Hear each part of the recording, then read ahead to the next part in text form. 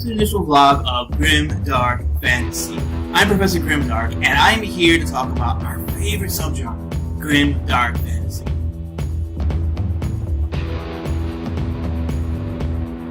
Over 2 years, I read what people recommended to me that were Grimdark Fantasy novels and short stories.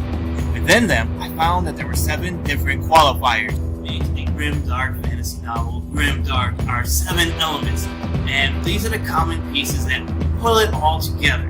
Not just one, not just 2, but all 7 are present in there. And the very first one that I found was a world at war.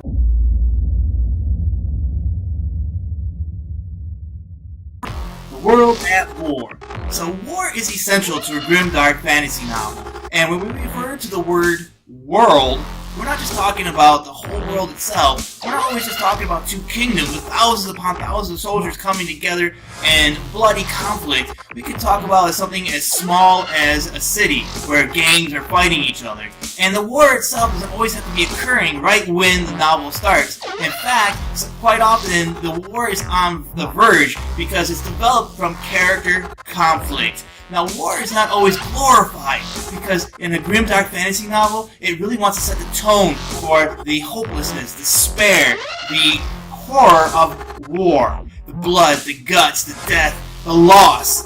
So that's why war is essential in a Grimdark Fantasy novel. The second important element is heightened violence.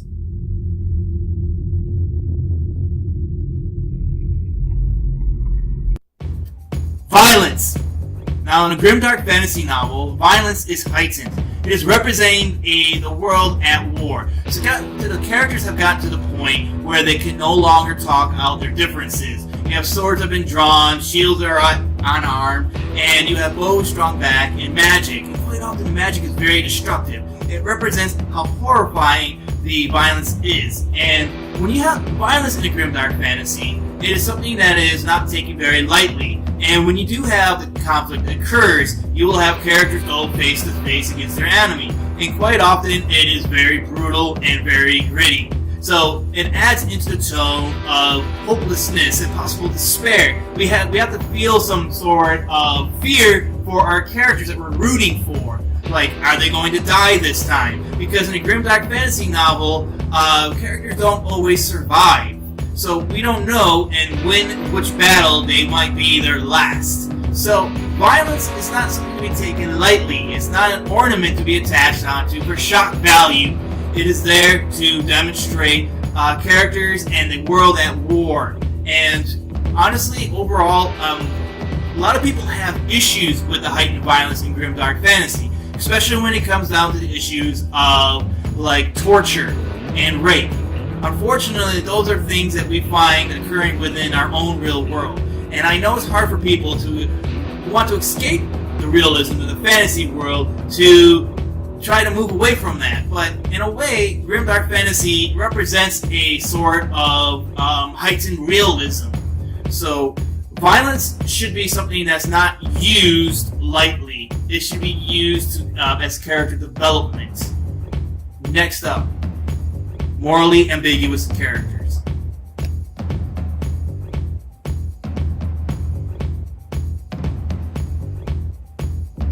Grimdark Fantasy that makes it grimdark is that the characters involved are all morally ambiguous. So let's take, for example, like in Lord of the Rings, you have the good guys versus the bad guys. You have the free citizens of Middle-earth versus the minions of Sauron and Saruman. Okay, you have Aragorn, the lost king, who goes out there on the quest to redeem himself. And then you have Frodo, the little guy, who's going to prove that even little people can do great deeds. And then you have the evil Sauron with the eye watching everybody, sending his dark minions to go out there and slaughter mankind. No, what Grimdark Fantasy is more like Boromir. See, Boromir, he wants the ring. Not only for himself, but to help his people. Now, is he a bad guy?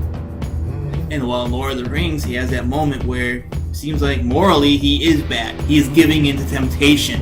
But in Grimdark Fantasy, that is the norm. There are no good guys, there are no bad guys, there are only Boromir. There are only those people who want to do good, or what they think is good, for themselves or for the civilization. And in doing so, they're not moralizing their tale. They're just living their lives. Next up, the anti-pastoral.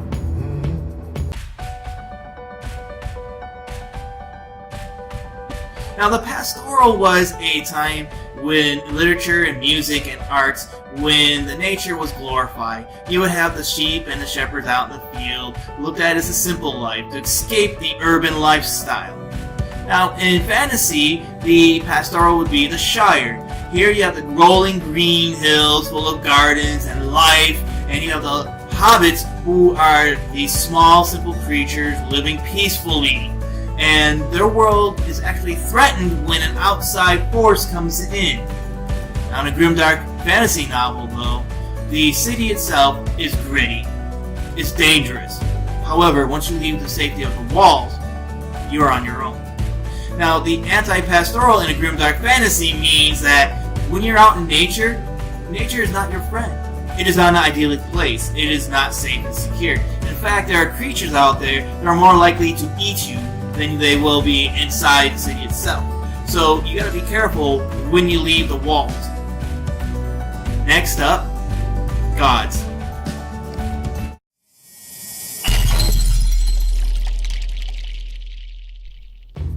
World building is very important for a fantasy novel.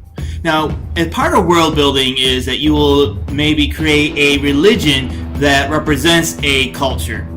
And part of the religion there, that means you have to think about, is it monotheistic or polytheistic, and how do the gods and goddesses interact with humanity? Well, in a grimdark fantasy novel, the gods and goddesses that represented in the piece there will be a reflection of the characters. That means they themselves are not benevolent creatures here trying to assist humanity. Now, quite often there, they serve as a source of power and maybe engage in some sort of power struggle themselves. And sometimes they require the people there to, create sacrifices to gain a certain power or reason. And sometimes the characters themselves are actually representational of the gods and may have actually have brought the gods down to the level of humanity and therefore caused great turmoil. Sometimes the gods and goddesses are actually representative of some other alien race that comes in and enters their culture. So one aspect when you're dealing, if the gods and goddesses are actually present within the piece, that means they have to represent the characters within the piece, because they show the tone again. The tone is something of, they add into the hopelessness, the despair, the sense that everything that may come together isn't actually going to end up in a happy story. So that means when you're reading or writing a grimdark fantasy novel, you want to make sure that if you're going to consider what religion you're going to include in there, how does that actually reflect the characters themselves? So next up would be the tone of a grimdark fantasy novel.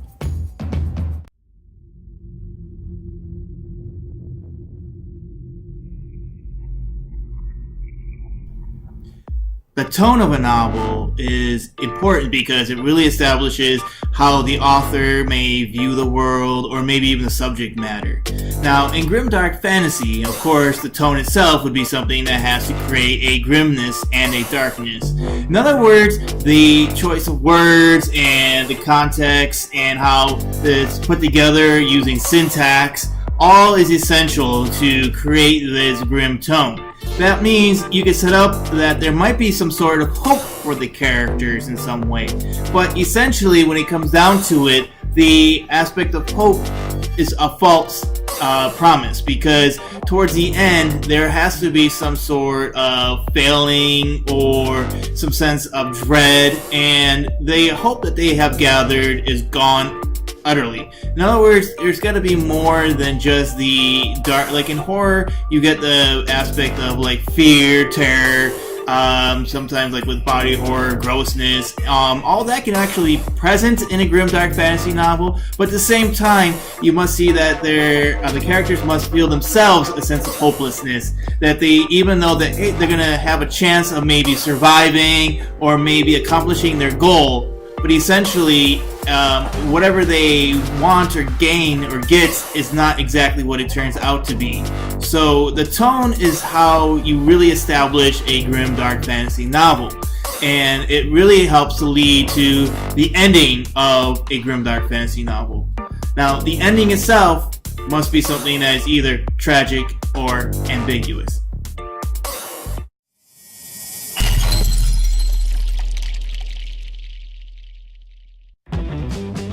Things in life, there is an ending. Same occurs with our favorite books. Now, sometimes we get to the ending after 1, sometimes 3, sometimes a dozen books. Depends on the series there.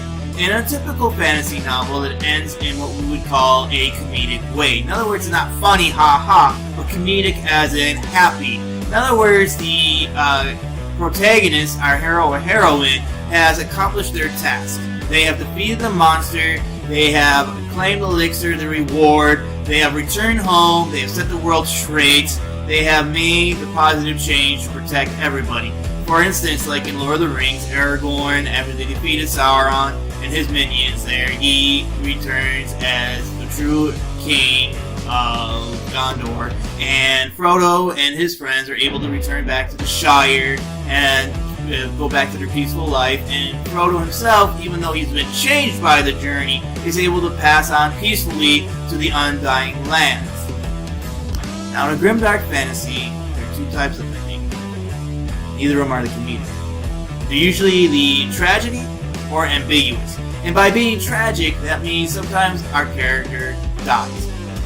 Now, they may die without, sacrificing themselves to attain their goal.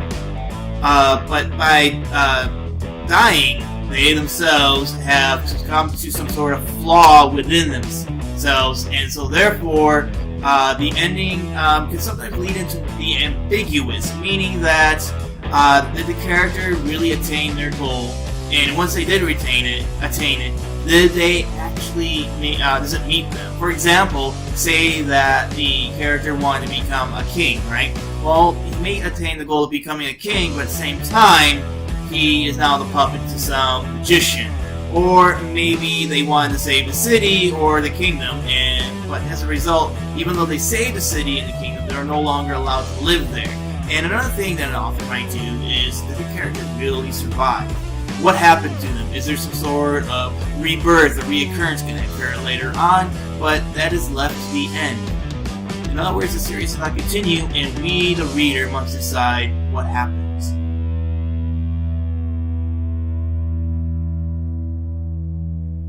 Now that we've explored the various elements of what makes a grimdark fantasy novel grim and dark, we will be then taking a look at the various grimdark novels.